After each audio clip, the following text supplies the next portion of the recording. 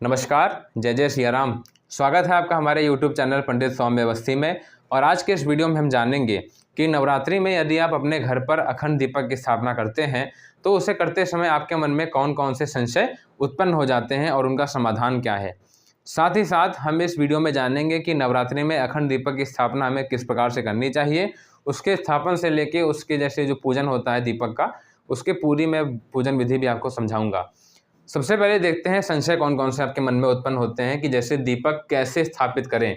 दीपक हमें किसके ऊपर रखना चाहिए, पान के पत्ते के ऊपर, आम के पत्ते के ऊपर, किसी प्लेट में रखें या थोड़े अक्षत छोड़ना है, क्या करना है।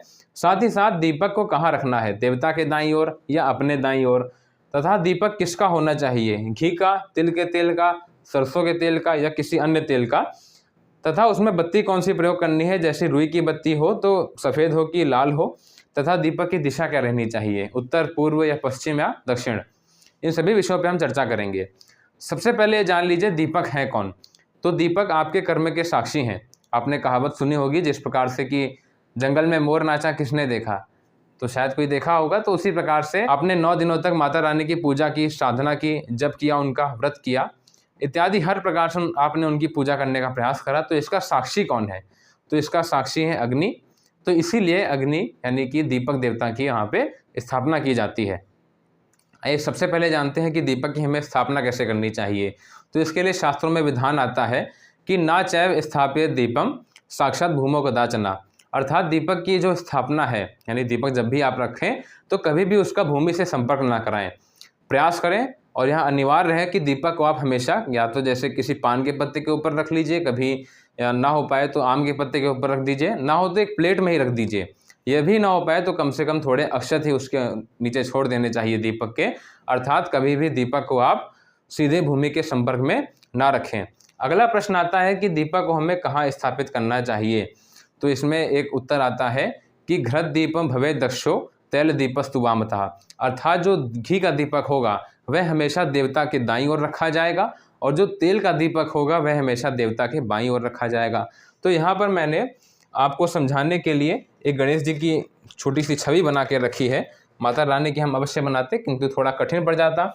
मान लेते हैं गणेश जी आपके सामने विराजमान है, जिस प्रकार से हम भी इनको देख रहे हैं। तो ध्यान से अगर आप देखेंगे तो यहाँ पर गणेश जी का यहाँ दायां हाथ है। तो इसको हमने लिख दिया इस प्रकार से, राइट यानी आर, और यह आपका हो गया लेफ्ट, यानी कि गणेश जी का यह दायां हाथ हो गया और ये गणेश जी का बायां हाथ हो गया। तो यदि आपको नवरात्रि में या मान लेते हैं किसी अन्य पर्व पर आपको दीपक की स्थापना करनी है, तो यदि आप दीपक बनाएंगे घी वाला तो वह आपका यहाँ पर राइट में यानी कि देवता के हमेशा दाईं ओर रखा जाएगा। यहाँ पर आप अपने मत समझिएगा, यहाँ पे देवता के दाईं हाथ की तरफ घी का दीपक रखा जाएगा। यदि आप घी का दीपक जलाते हैं, यदि आप तेल का दीपक जलाते हैं तो वह देवता के हमेशा बाईं ओर रखा जाएगा। अब इसी में एक प्रश्न और उत्पन्न होता है कि जैसे क्या हमारे पास थोड़ा तेल कम पड़ गया तो उसमें थोड़ा घी मिला दें, या थोड़ा घी कम पड़ गया उसमें थोड़ा तेल मिक्स कर दें। तो देखिए इसके लिए कहा गया है ना मिश्रीकृत दद्यातु दीपम स्नेह घृतादिकम, अर्थात कभी भी आपको दो वस्तुओं को मिश्रित करके दीपक नहीं जलाना है।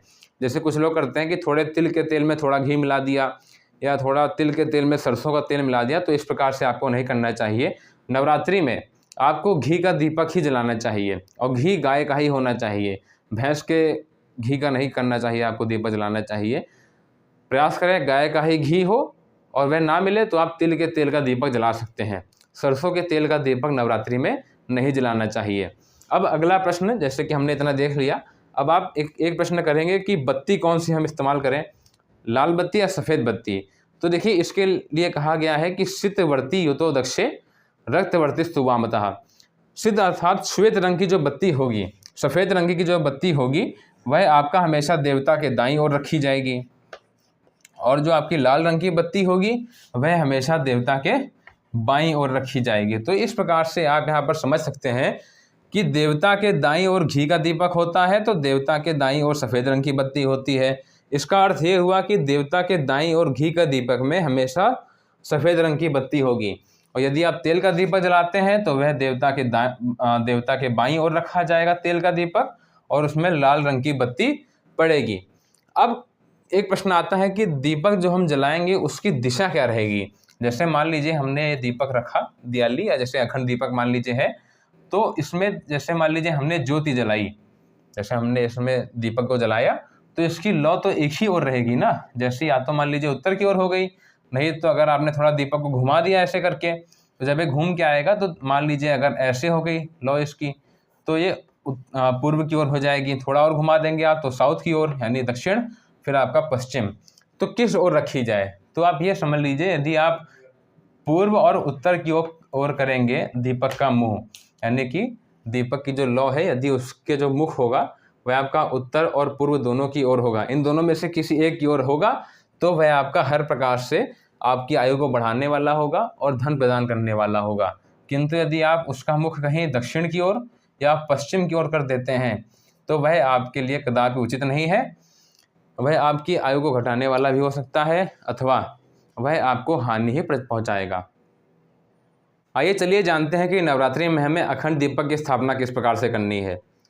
सबसे पहले यदि आप नवरात्रि में कलश की स्थापना करना सीखना चाहते हैं तो हमारे चैनल पर आप जाएंगे अथवा डिस्क्रिप्शन में आपको लिंक मिल जाएगा वीडियो का, उससे आप देखिए, वहाँ पर मैंने नवरात्रि में कलश स्थापित करने की सबसे सरल विधि को बता रखा है। आइए जानते हैं कि अखंड दीपक की स्थापना किस प्रकार से करेंगे। सबसे पहले आपके पास एक अखंड दीपक होना चाहिए। दीपक आप प्रायः मिट्टी का भी इस्तेमाल कर सकते हैं, किंतु मिट्टी के दीपक को सुरक्षित रख पाना कई दिनों तक संभव नहीं है, इसलिए आजकल पीतल के दीपक का प्रयोग होता है। तो पीतल का दीपक आप लेकर के आएँ बाजार से, अथवा घर में है तो कोई बात नहीं। तो उस अखंड दीपक में सबसे पहले आप ये निश्चित करें कि आपको घी का दीपक जलाना है अथवा तिल के तेल का। सरसों के तेल का प्रयोग मत करिएगा नवरात्रि में। अब यदि आप घी का दीपक जलाते हैं तो आपको श्वेत रंग की यानी कि सफ़ेद रंग की बत्ती आपको अखंड दीपक में लगानी होगी, और यदि आप तिल के तेल का जलाना चाहते हैं तो आपको लाल रंग की बत्ती उसमें डालनी पड़ेगी। तो अब हमें उसकी स्थापना किस प्रकार से करनी है। सबसे पहले अखंड दीपक को आप तैयार कर लीजिए, उसमें बत्ती लगा लीजिए, घी अथवा तेल भर दीजिए जो आपके पास हो। अब हम आगे बढ़ते हैं। सबसे पहले कोई पात्र ले लीजिए जिसमें आपको दीपक को रखना हो, अथवा थोड़े आप पीले अक्षत रंग लीजिएगा हल्दी से, और उनको आप छोड़ दीजिएगा जहाँ पर आपको दीपक की स्थापना करनी है। मान लेते हैं यहाँ पर आपने अक्षतों को छोड़ दिया और इसी जगह पर आपको दीपक की स्थापना करनी है। यदि घी का दीपक होगा, जैसा कि हम इतनी देर से बता रहे हैं, अगर घी का दीपक होगा तो देवता इधर होंगे और घी का दीपक आपका इधर होगा, यानी कि देवता के दाईं ओर। तो इसमें हमने क्या करा, सबसे पहले हमने इसमें अखंड दीपक की स्थापना कर दी। आप माचिस को लीजिए, दीपक को प्रज्वलित कर दीजिए और मन ही मन ध्यान करें कि दीपक देवता आपके घर में पधारे हैं। अब आप क्या करेंगे, सबसे पहले आप एक आचमनी के द्वारा, आचमनी और पंचपात्र, इस पंचपात्र में जल भरा होता है, यह तांबे का होता है और इसमें एक चम्मच छोटी सी पड़ी होती है जिसे कहते हैं आचमनी। यदि आपके घर में ना हो तो एक लोटा आपके यहाँ होगा, स्टील का अथवा तांबे का ले लीजिए, अच्छा होगा तांबे का, तो तांबे का लोटा ले लीजिए, उसमें आम का पत्ता डाल दीजिए। उस आम के पत्ते के द्वारा इस दीपक के चारों ओर ऐसे घुमाइएगा, इसमें आम के पत्ते के द्वारा, अथवा आचमनी में थोड़ा जल ले लीजिए और यहाँ पर ला करके इसके जो है चारों ओर घुमाइए और यहाँ पर वापस से आगे छोड़ दीजिए जहाँ पे आपने शुरू करा था। इतना करने के बाद आपने 5 बार उस पर जल चढ़ा दिया उसके आगे। तत्पश्चात उसमें 3 फेरा कलावा आप हाथ में लीजिए और लपेट करके तोड़ दीजिए कलावे को, और यहाँ पर 3 फेरा कलावा अर्पित कर दीजिए। तत्पश्चात आप थोड़ी रोली ले लीजिए और रोली के द्वारा यहाँ पर चारों कोनों पर दीपक के ऐसे दक्षिणावर्त तरीके से टीका लगा दीजिए 4 जगह। और दीपक देवता से आप प्रार्थना करिए कि हे दीपक देवता, आप हमारे कर्म के साक्षी हैं। आप 9 दिनों तक, जब तक हम माता रानी की साधना करेंगे तब तक आप इसी प्रकार से बिना किसी विघ्न बाधा के प्रज्वलित रहिएगा और हमारे पूजन के आप साक्षी बने रहिएगा। तो इस प्रकार से मन ही मन भाव करिए और अपनी मनोवांछित फल को मन ही मन रख लीजिए, और जैसे जो आपको चाहिए वह दीपक देवता से एवं माता रानी से आप प्रार्थना करिए। तो इस प्रकार से आपका दीपक स्थापित हो चुका है और कलश की स्थापना करने मैंने आपको एक वीडियो में बताया ही है। यदि आपको मेरे द्वारा समझाने का तरीका अच्छा लगा हो तो हमारे वीडियो को आप लाइक कर दीजिएगा, चैनल को सब्सक्राइब भी कर लीजिएगा और बेल आइकन पे ऑल का क्लिक कर लीजिएगा, ताकि इसी प्रकार से संबंधित जानकारी जो कि आपके नित्य जीवन में उपयोगी है, पूजा पाठ से संबंधित, तो वह आपको समय समय पर मिलती रहे। इसे अपने मित्रों के साथ में एवं सगे संबंधियों के साथ में शेयर करिए। मिलते हैं किसी और वीडियो में किसी अन्य विषय पर, तब तक के लिए राधे राधे।